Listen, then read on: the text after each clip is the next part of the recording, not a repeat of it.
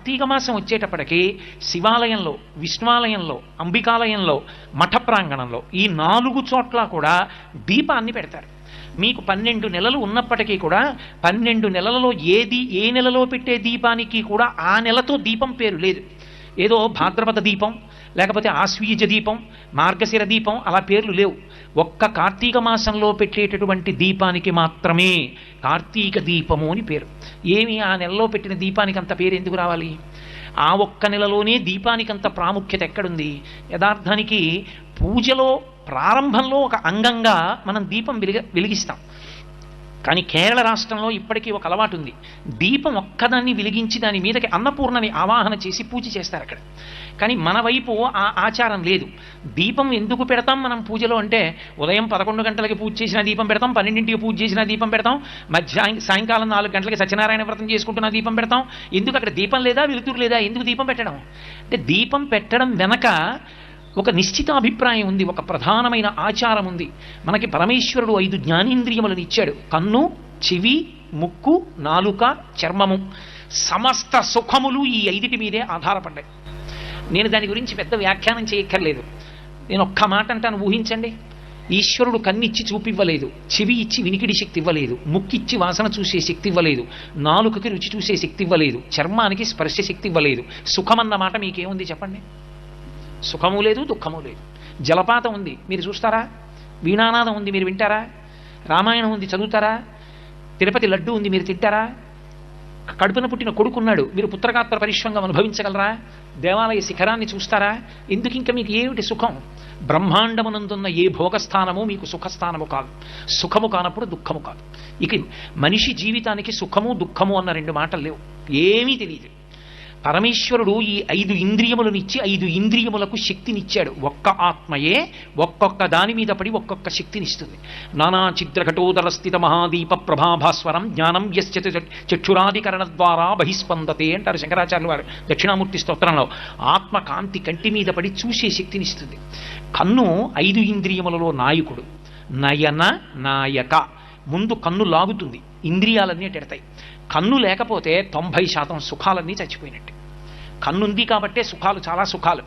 అటువంటి కంటిని నాకిచ్చి ఈ కంటితో నా కొడుకుని, నా కూతుర్ని, నా మనవల్ని, నా భార్యని, ఆ చెట్లని, పరమేశ్వర మూర్తిని, రామాయణ గ్రంథాన్ని, శ్లోకాల్ని చూసి పొంగిపోతున్నాను. ఇన్ని చూసి ఎంత పొంగిపోతున్నానో. ఈశ్వర, ఈ కన్ను ఇచ్చావు కాబట్టి నాకు ఇన్నున్నాయి. ఈ కన్నిచ్చిన నీకు కృతజ్ఞత చెప్పడానికి ఆ వెలుతురికి ప్రతీకగా నీ ముందు దీపం ఉంచుతున్నానని దీపం పెడతాను తప్ప కాంతి లేదని దీపం పెట్టుతున్న వాళ్ళం కాదు. ఒక ఆచారాన్ని పాటిస్తున్నామంటే వేదం దాన్ని ఎందుకు పాటించాలో చెప్పింది. అందుకు దీపం. ఆ దీపం పెట్టి పూజ ప్రారంభం చేస్తాం. కానీ కార్తీక మాసంలో పెట్టే దీపం అందుకొరకు కాదు. కార్తీక మాసంలో పెట్టేటటువంటి దీపానికి ఒక్కదానికి ఒక ప్రత్యేకత ఉంది. ఒకటి, ఆంతరమునందు ఉద్దీపనాన్ని పొందుతాడు, బాహ్యమునందు లోకోపకారం చేస్తాడు. ఎందుకని? ఈ ప్రపంచంలో పరమేశ్వరుడు ఒక్కొక్క దానికి ఒక్కొక్క విభూతినిచ్చి నువ్వు మాత్రమే అనుభవించు, ఇతరులకు చెందదు అన్నాడు. అది తానే అనుభవిస్తుంది. కొన్నిటికి పరమేశ్వరుడు విశేషమైన విభూతినిచ్చినా అవి తమకి అనుకూలంగా వాటిని ఉపయోగించుకోవడం కూడా వాటికి చేత కాదు. మీకు నేను ఒక ఉదాహరణ చెప్పాలంటే, భగవంతుడికి పూజ చేశామనుకోండి, ఆయన బడలిపోతాడు. ఆయనకి కూడా అలసట ఉంటుంది. ఇన్ని పువ్వులు మీరు వేశారనుకోండి, వేడిక్కిపోతాడు ఆయన. మల్లెపూల్లో చేయి పెట్టి చూడండి ఎంత వేడిగా ఉంటుందో. చాలా వేడి. ఇంత అగరత్తుల కట్ట వెలిగించి అక్కడ పెడతాడు, పొగ. బడలిపోయిన పరమేశ్వరుడికి చామరం వేస్తే ఆయన అమ్మయ్యాని ప్రశాంతత పొందుతాడు. అందుకే రాజోపచారాల్లో చామరం జయామి చామరం వేస్తాం. చామరం ఎక్కడిది? చామరీ మృగం యొక్క తోక. ఆ చామరీ మృగం యొక్క తోకలోని వెంట్రుకలను గుదిగుచ్చి చామరంగా వేస్తాం. తన వెంట్రుకలు ఈశ్వరుడు యొక్క ఖేదాన్ని కూడా తగ్గించగలిగినంత గొప్పవని తెలుసుకుని చామరీ మృగం వచ్చి చామరం వేస్తుందా ఈశ్వరుడికి? వేయలేదు. ఒక ఏనుగు దంతం చాలా అందంగా ఉంటుంది, కానీ ఏనుగుకి తెలుసా నాకు దంతం ఉంది, అది అంత అందంగా ఉంటుంది, నేను ఈ దంతంతో బొమ్మలు చేయించుకోవచ్చు అని తెలుసా? తెలియదు. ఒక చేప ఒక్కటే నీళ్లలో ఈదగలదు, కన్ను ముయ్యకుండా నీటిలో ఈదగలిగిన శక్తి నాకే ఉంది అని చేప మురిసిపోగలదా? మురిసిపోలేదు. నీటిలో ఉన్న చేప భూమి మీద ఉండలేదు, భూమి మీద ఉండే ప్రాణి నీటిలో పడి బ్రతకలేదు. కానీ ఒక్క మనిషి మాత్రం చామరీ మృగం వెంట్రుకలు తెచ్చి ఈశ్వరుడికి చామరం వేసి పుణ్యం పొందుతాడు. గడ్డి తిని పాలిచ్చే ఆవు పాలు తెచ్చి అభిషేకం చేసి ఇహమునందు పరమునందు కూడా సౌఖ్యాన్ని పొందుతాడు. ఎక్కడో నీటిలో తిరుగుతున్న చేపని పట్టుకుని తెచ్చి తాను తింటాడు. ఎక్కడో పక్షులు ఎగరవలసిన ఆకాశంలో తాను విమానం ఎక్కి ఆకాశంలో ఎగురుతున్నాడు. ఈ భూమి మీద వేగంగా వెళ్ళడానికి వీలైనటువంటి సాధనములను ఎక్కి తాను వెడుతున్నాడు. సింహాలు పెద్ద పులులు స్వేచ్ఛగా తిరుగుతుంటే తాను నిర్భయంగా ఉండడానికి బలిష్టమైన ఇనపబూచలతో కూడుకున్న వాహనం ఎక్కి స్వేచ్ఛగా విహరిస్తున్నటువంటి వాటిని అరణ్యంలో చూస్తున్నాడు. దేని విభూతిని అదే అనుభవిస్తుంది ప్రపంచంలో. అన్నిటి విభూతిని తానవిగా అనుభవించగలిగిన వాడు మనుష్యుడు ఒక్కడే. ఆ శక్తి ఈశ్వరుడు ఒక్క మనుష్యునికే ఇచ్చాడు, ఇంకెవ్వరికీ ఇవ్వలేదు. అన్నిటినీ నీవిగా అనుభవించగలవు. ఒక కుక్క ఉంది, రాత్రి తెలివిగా ఉండి ఎవరింట్లోకి అనుమానాస్పదంగా ఎవరు విడుతున్నా అరుస్తుంది కుక్క. దానికి విభూతి ఉందని తెలిసి నీ ఇంటికి తెచ్చే కుక్కని రాత్రి విడిచిపెట్టుకుని నిన్ను నువ్వు రక్షించుకుంటున్నావు పడుకొని. కానీ నీ దగ్గర బలవంతంగా గుప్పెడన్నం మాత్రం కుక్క తినలేదు. నీ గడప దాటి లోపలికి వస్తే కొడతావు. కుక్క శక్తిని నువ్వు వాడుకుంటావు. నెమలి అది పురి విప్పి ఆడితే ఎంతో సంతోషంగా ఉంటుంది. గబగబా కెమెరాలు పెట్టి ఫోటోలు తీసుకుని చూసి ఆనందిస్తారు. ఒక్కసారి మీకు ప్రవచనం వచ్చు కదా, ఓ శ్లోకం చెప్పండి అని నెమలి నన్ను అడగలేదు. నేను సమస్త భూతముల యొక్క విభూతిని నేను అనుభవిస్తాను, కానీ నాకున్న విభూతిని ఆ ప్రాణులు మాత్రం అనుభవిస్తాయని నమ్మకం ఏం లేదు. ఇన్ని ప్రాణుల యొక్క అనుగ్రహాన్ని నువ్వు పొందుతున్నావు. అందుకే అవి ఇంకా కొన్ని కోట్ల జన్మలెత్తితే తప్ప పొందలేని మనుష్య శరీరాన్ని నువ్వు పొంది ఉన్నావు కాబట్టి నువ్వు ఇప్పుడు వాటికి ఉపకారం చెయ్యాలి. ఆ ఉపకారం చేసి సమస్త భూతములను తరింప చెయ్యగలిగిన శక్తి మనుష్య ప్రాణికి అనుగ్రహింపబడిన కాలం కార్తీక మాసం. అందుకే సూర్య భగవానుడు దూరంగా ఉంటాడు, వేడి తగ్గి ఉంటుంది. వేడి తగ్గి ఉన్న కారణం చేత చలికి చాలా జీవులు శరీరాలు విడిచిపెడతాయి. చలికి శరీరాలు విడిచిపెట్టకుండా నువ్వుల నూనెతో ఆవు నేతితో దీపం పెడతారు. ఈ రెండిటితోనే ఎందుకు పెట్టాలి? కార్తీక సోమవారం అండి, కార్తీక సోమవారం అండి అంటూ ఉంటారు. కార్తీక సోమవారం అండి, కార్తీక సోమవారం అండి అనడానికి కారణం ఏమిటంటే చంద్రుడు మొట్టమొదటి హోరలో ఉన్నటువంటి రోజున ప్రారంభమయ్యేటటువంటి రోజుకి సోమవారం అని పేరు. మనకి ఎప్పుడూ కూడా ఒక రోజులో 8 హోరలు 3 పర్యాయాలు తిరుగుతాయి. 3 8 24. మొట్టమొదటి హోర అన్నిటికన్నా ప్రారంభంలో ఉండేటటువంటి హోర సూర్యహోర, తర్వాత వచ్చేటటువంటిది శుక్రహోర, అలా తర్వాత వచ్చేటటువంటిది బుధహోర, తర్వాత వచ్చేటటువంటిది చంద్రహోర, తర్వాత ఇదో శనిహోర, తర్వాత గురుహోర, తర్వాత కుజహోర. 7 హోరలు. అందుకే ఆ హోరలే 3 8 24 పూర్తి మళ్ళీ 25వ హోర వచ్చేటప్పటికి ఆ హోరతో ప్రారంభం అవుతుంది కాబట్టి ఆ పేరు. సోమవారం ఉందనుకోండి, చంద్రహోరతో మొదలవుతుంది. చంద్రహోరతో మొదలవుతుంది కాబట్టి సోమవారము అని పిలుస్తాం దాన్ని. ఆదివారం ఉందనుకోండి, సూర్యహోరతో ప్రారంభమవుతుంది. సూర్యహోరతో ప్రారంభం అవుతుంది కాబట్టి ఆ హోర ఆదివారము, భానువారము అని పిలుస్తాం. ఈ 8 3 8 24గా తిరిగి పూర్తయిపోతుంటాయి. అటువంటి రోజుల్లో సోమవారం నాడు చంద్రుడు మనఃకారకుడు. చంద్రమా మనసోజాతః అని పిలుస్తాం.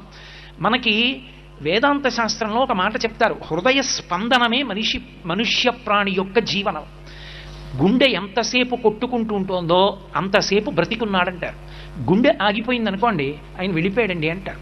ఈ గుండె కొట్టుకోవడం అనేటటువంటి దానికి హృదయమునందు హృదయనాడి అనబడేటటువంటి నాడి ఉంటుంది. నాడి మీకు భౌతికంగా కంటికి కనపడేది కాదు, అది ఈశ్వర తేజస్సుని పొంది ఉంటుంది. దానికి అధిదేవత యమధర్మరాజు అన్నారు.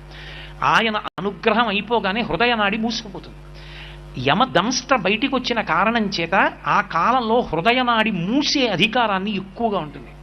యమధర్మరాజు గారు దేనికి ప్రీతి పొందుతాడంటే నువ్వుల నూనె వలన, నువ్వుల నూనెలో వెలుగుతున్న దీపపు ఒత్తిమించి వచ్చేటటువంటి పొగ వాసన చూస్తే హృదయనాడి బలిష్టమవుతుంది.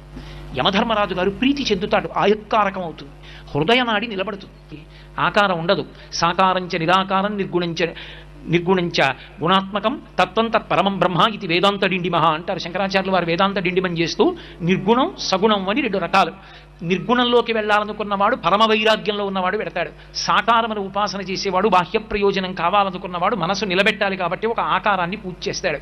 యథార్థమునకు అది ఒక కాంతి పుంజము. ఆ కాంతి పుంజమే దివ్యే దీపము, అదే ప్రకాశము.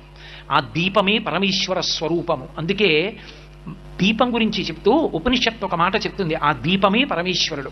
నతత్ర సూర్యో భాతి న చంద్రతారకం నేమా విద్యుతో భాతి కుతోయమగ్ని త్వమేవ భాంతమనుభాతి సర్వం తస్య భాషా సర్వమిదం విభాతి అంటుంది. ఆయన ఉన్నాడే ఆ పరమేశ్వరుడు, ఆయన ఒక పెద్ద వెలుగు. ఆయన వెలుగు ముందు సూర్యచంద్రుడు ప్రకాశించరు. ఎందుకని అంటే ఇక ఆ వెలుగు ముందు ఈ వెలుగులు పనిచేయవు. కాబట్టి ఆయన ఒక్కడే ప్రకాశిస్తూ ఉంటాడు. ఆ ప్రకాశిస్తున్నటువంటి ఆ కాంతిపుంజం ఉన్నదే అదొక్కటే పరమేశ్వర స్వరూపం. పోతన గారు భాగవతం చేస్తూ అంటారు, లోకంబులు లోకేశులు లోకస్తులు తెగిన తుది అలోకంబకు పింజీకటి కావల యవ్వండేకాకృతి వెలుగు అతని నేసేవింతున్నంటారు.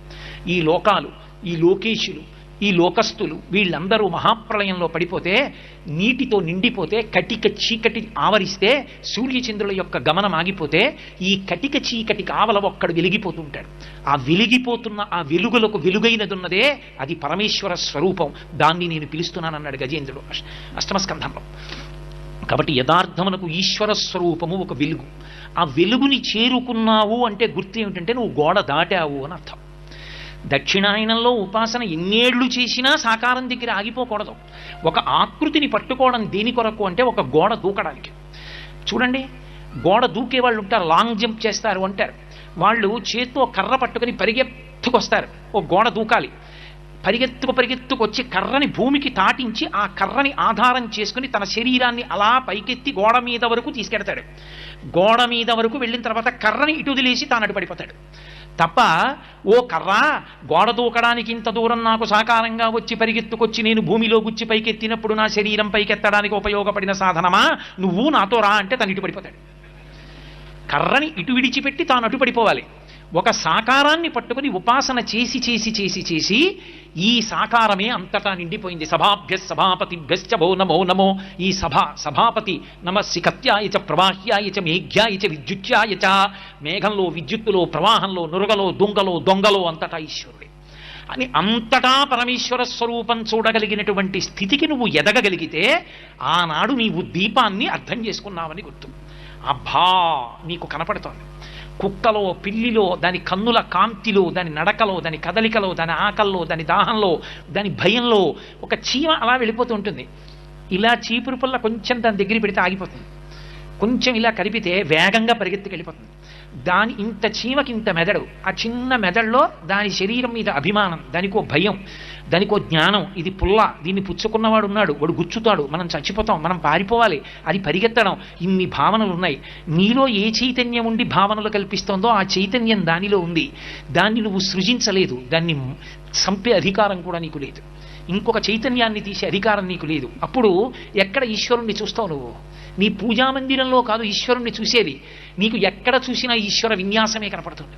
అంతటా హరికేశాయోపవీతి నే పుష్టానాం పతయే నమో నమో అంటుంది రుద్రం. అదిగో ఆ చెట్టు యొక్క ఆకుపచ్చటి ఆకులలో అందరూ కదలకుండా కూర్చుని ప్రవచనం వింటున్నట్టుగా తాను కూడా నిలబడి వింటున్నటువంటి ఆ చెట్టులో కూడా పరమేశ్వరుడు కనపడితే, ఇక్కడ ఉన్నాడు రానా స్వామి అనుకున్న నాడు ఆకుపచ్చని చెట్టులోని ప్రతి ఆకులోని ఆకుపచ్చతనంలో నీకు పరమేశ్వరుడు కనపడతాడు. అదిగో ఆ దర్శనాన్ని నువ్వు పొందావనడానికి ఉదాహరణ దీపం. ఆ కాంతి అది నీకు ఇక్కడ అంకురించిందని గుర్తు నీకు అంతటా కనపడుతోంది. ఎందుకని లోకంలో యథార్థము తెలియాలి అంటే దీపం ఒక్కటే సాధనం. అది తాడో పామో నాకు తెలియదు అనుకోండి, నేను ఏ ఉద్యోగం చేస్తున్నానో ఆ అపాయింట్మెంట్ ఆర్డరో, నేను ఏం చదువుకున్నానో ఆ సర్టిఫికెట్లో, నా ఎల్ఐసి పాలసీలో, నా చెక్ బుక్కో పట్టుకొస్తే తెలియదు. ఒక దీపం పట్టుకొస్తే తెలుస్తుంది. దీపంలో అది తాడని తెలియగానే పాము కాదన్న సత్యం తెలిస్తే భయం పోతుంది. ఈ జగత్తు కాదు బ్రహ్మమన్న సత్యము నీకు అనుభవంలోకి ఈశ్వరానుగ్రహంగా రాగానే ఇంక నువ్వు అద్వైతానందమునందు ఓలలాడి నిర్భయ స్థితిని చేరుకుంటావు.